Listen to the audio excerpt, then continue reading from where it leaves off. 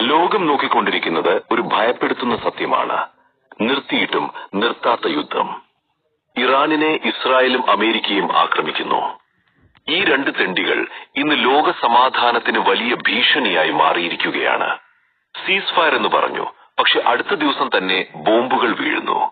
സമാധാനം സംസാരിക്കുന്നു, പക്ഷെ പിന്നിൽ യുദ്ധം തുടരുന്നു. ഇതെന്ത് നീതിയാണ്? ഒരു സാധാരണ മനുഷ്യന്റെ ജീവൻ ഇവർക്കൊക്കെ എന്താണ് വില? ഒരു അമ്മയുടെ കണ്ണീർ, ഒരു കുഞ്ഞിന്റെ ഭയം ഇവർക്കൊന്നും കാണുന്നില്ലേ?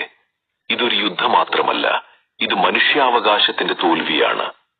ശക്തി കാണിക്കാനാണോ ഈ യുദ്ധം? ആണവായുധം സംരക്ഷിക്കാനാണോ? അല്ലെങ്കിൽ ലോകത്തെ ഭയപ്പെടുത്താനോ?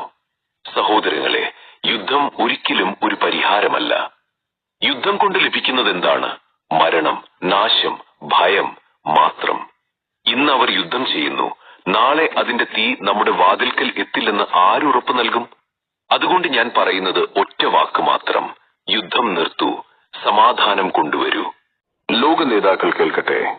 ജനങ്ങൾ ഇനി യുദ്ധം വേണ്ടെന്ന് പറയുന്നു. ശാന്തി വേണം, സുരക്ഷ വേണം, മനുഷ്യനായി ജീവിക്കാൻ അവകാശം വേണം.